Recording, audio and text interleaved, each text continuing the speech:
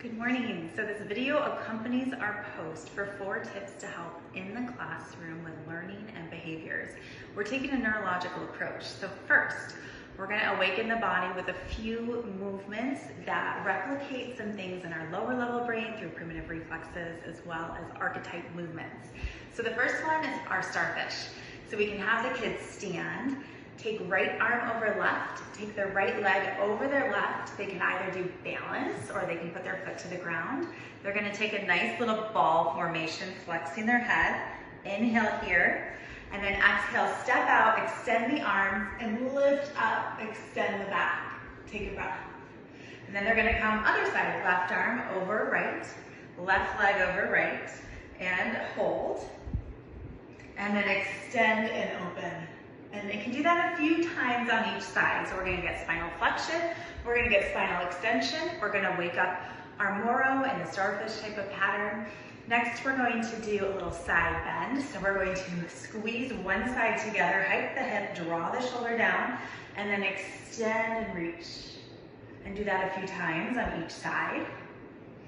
If you want to add in your breath, you're gonna exhale here, hold the nostril of the other side, so the same side nostril is extending here, and take a big breath in, which is gonna open that rib cage and give them more oxygen to their body, more movement in their spine. We're gonna do that on both sides.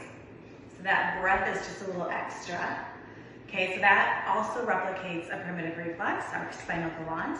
And finally, for just awakening the body with spinal movements, we're just gonna have a little bend in our knees, arms up at shoulder height, and we're going to rotate all the way towards one direction.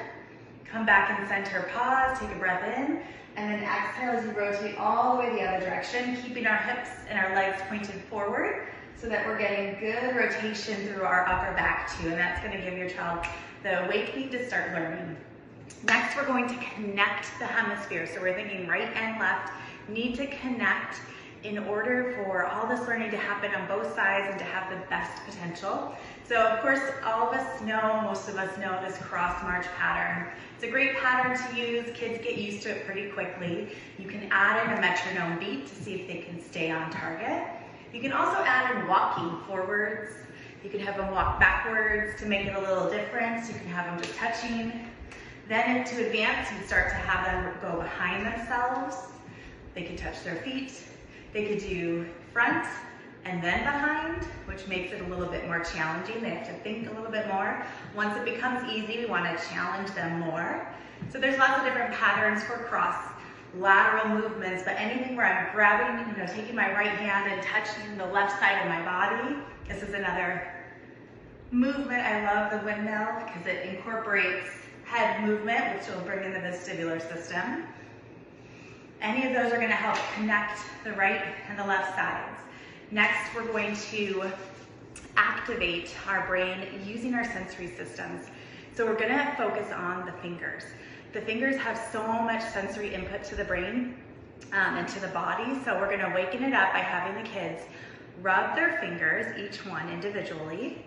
They're gonna do little circles, little massages along the entire finger, and then they'll pull off, giving their finger a little bit of joint distraction. So we're targeting different tactile systems in our body, some distraction of the joints, some deep pressure, maybe some fine touch. And they're gonna do this across their entire hands, rub them together, and then they can do some isolated finger tapping.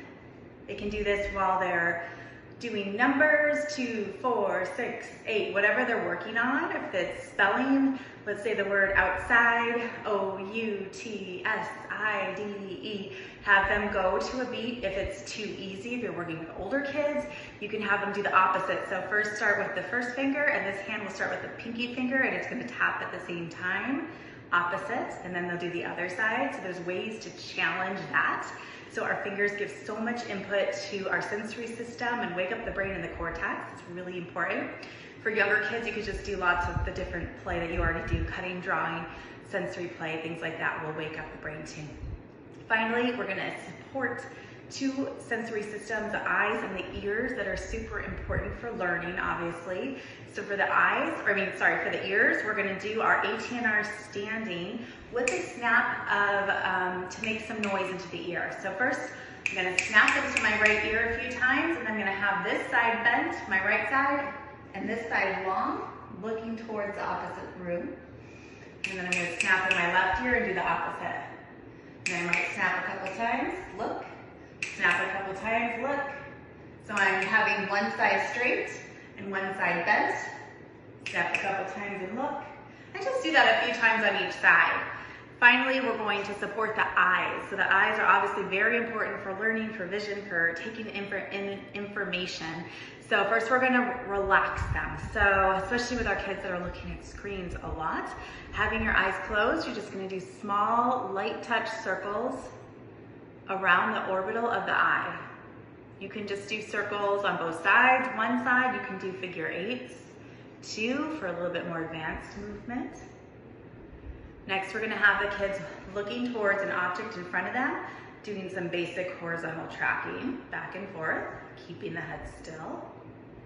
We're gonna do some yes and no's, where we're looking at our thumb and we're nodding yes, we're nodding no, to wake up our vestibular ocular reflex. And finally, we're gonna do some convergence and divergence. So bringing the thumb all the way into the nose, trying to get one thumb, and then bringing that finger all the way out into divergence. And just try a few reps of each just to wake up the body so that the body and the brain and everything is connected and ready to learn and have a better day at school. I hope these tips helped. Let me know how it goes. Thank you.